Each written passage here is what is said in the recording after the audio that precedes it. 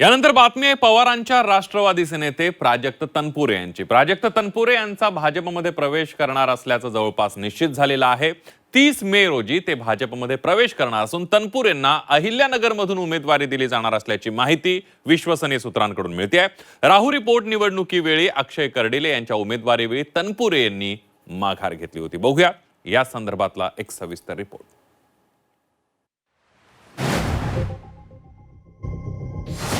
प्राजक्त तनपुरेंचा भाजप प्रवेश निश्चित। तनपुरे 30 मे रोजी भाजपमध्ये प्रवेश करणार। तनपुरेंना भाजपकडून परिषदेची उमेदवारी मिळणार।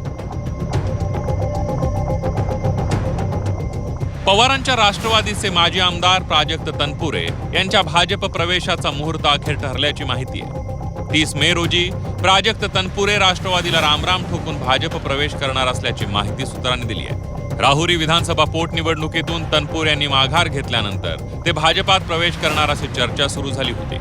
त्यानंतर तनपुरेंनी राष्ट्रवादीतच राहणार असल्याचं स्पष्टीकरण दिलं होतं। मात्र आता त्यांचा भाजप प्रवेश जवळपास निश्चित मानला जातोय।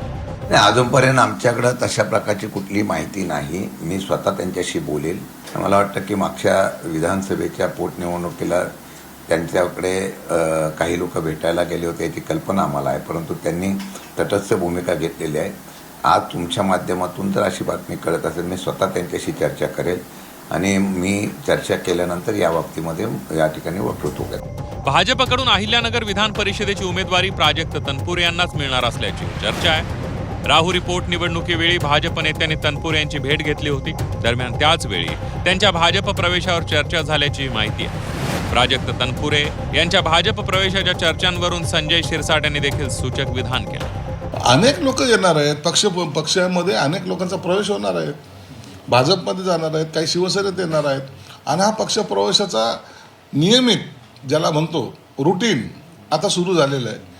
पुढच्या आठवड्यामध्ये किंवा 1-2 दिवसामध्ये आमच्याही पक्षामध्ये काही पदाधिकाऱ्याचा प्रवेश आहे। त्या संदर्भामध्ये एकनाथ शिंदे साहेब येणार आहे अहमदपूरला, म्हणून ह्या प्रक्रियेचा भाग आहे। आता अनेक जण पक्षामध्ये येणार इच्छुक आहेत, त्यांना पक्षात निश्चितच सामावून घेतले जाईल।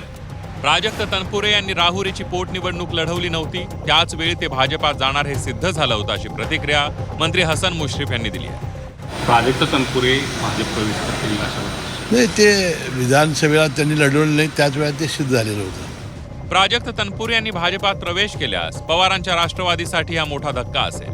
त्यामुळे 30 मे रोजी प्राजक्त तनपुरे शरद पवारांची साथ सोडून भाजपमध्ये जाणार का, याकडे आता सर्वांचंच लक्ष लागलंय। ओम देशमुख, झी 24 तास, मुंबई।